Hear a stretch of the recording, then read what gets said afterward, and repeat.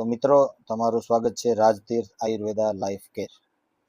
તો આવી રીતના એક એક વિડીયો આયુર્વેદને રિલેટેડ આપણે જોતા જઈએ છીએ.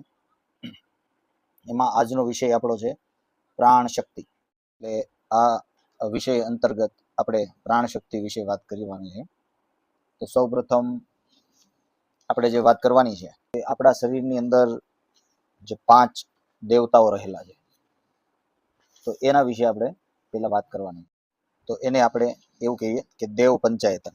તો દેવ પંચાયતનમાં જે આપણા શરીરની અંદર જે 5 દેવતાઓ છે, તો એ કોણ કોણ છે? તો કે અગ્નિદેવ છે, વાયુદેવ છે, સૂરજદેવ છે, ચંદ્રમા અને આપ એટલે કે પાણી રૂપે છે.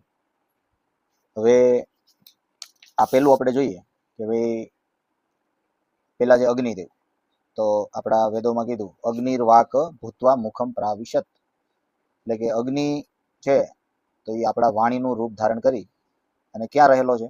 તો કે મનુષ્યના મુખમાં પ્રવેશ્યો છે. એટલે મનુષ્યની અંદર અગ્નિનું રૂપ છે એની વાણી છે. 1 કલાક તમે કન્ટિન્યુઅસ બોલો અને 100 સૂર્ય નમસ્કાર કરો તો એટલી તમારી એનર્જી છે એ એવી રીતના બરોબર કહેવાય. તો એટલા માટે આ પહેલા જે આપણા દેવતાઓ છે અગ્નિદેવ, તો એનું સ્થાન કયું છે? તો કે વાણી. આગળ આપણે આ પ્રાણ શક્તિના અંતર્ગત જ બધું ચાલે છે, તો ધીરે ધીરે બધું આપણે પ્રાણ ઉપરનું જોતા જઈશું.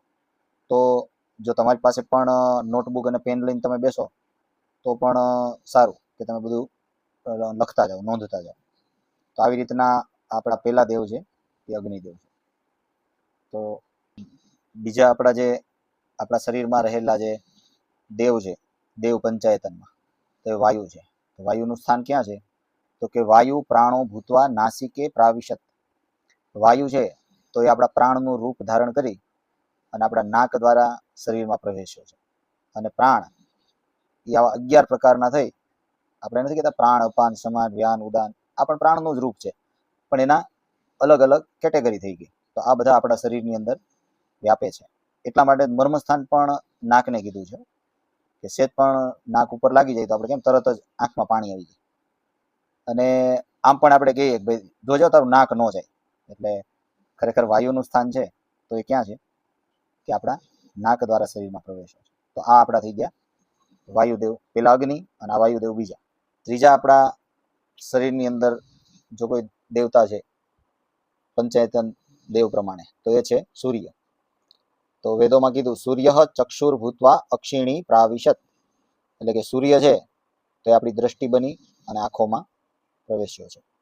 એટલે આજના ચિકિત્સામાં પણ કોઈ પણ એ ચિકિત્સા કરતા હોય તો એ વેદને અનુલક્ષીને જો કરવામાં આવે તો એ તરત જ ફળીભૂત થતી આપણને જોવા મળે. એટલે ત્રીજા દેવ આપણા છે સૂર્યદેવ.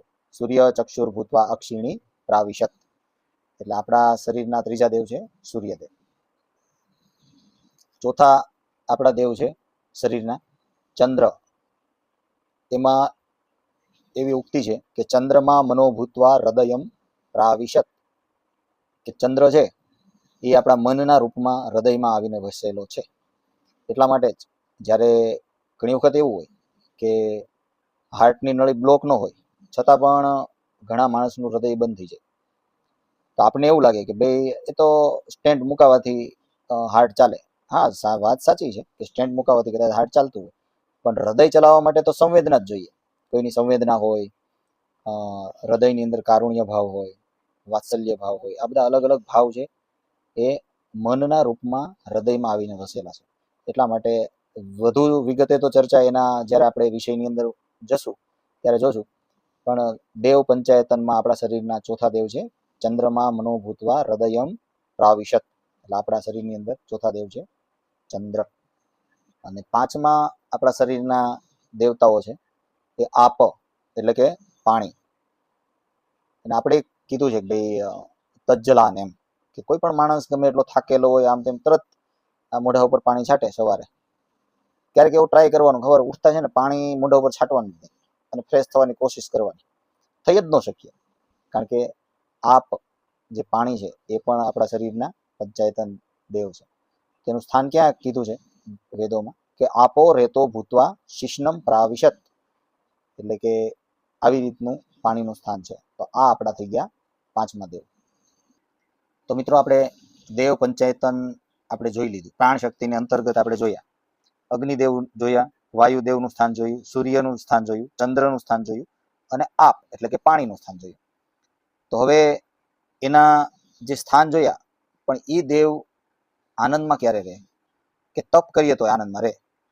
તો પછી વાણીનું તપ, પ્રાણનું તપ, આંખનું તપ, પછી મનનું તપ અને વીર્યનું તપ. તો આ જે 5 તપ છે એના વિશે ડિટેલમાં નેક્સ્ટ વિડીયોમાં જોશું.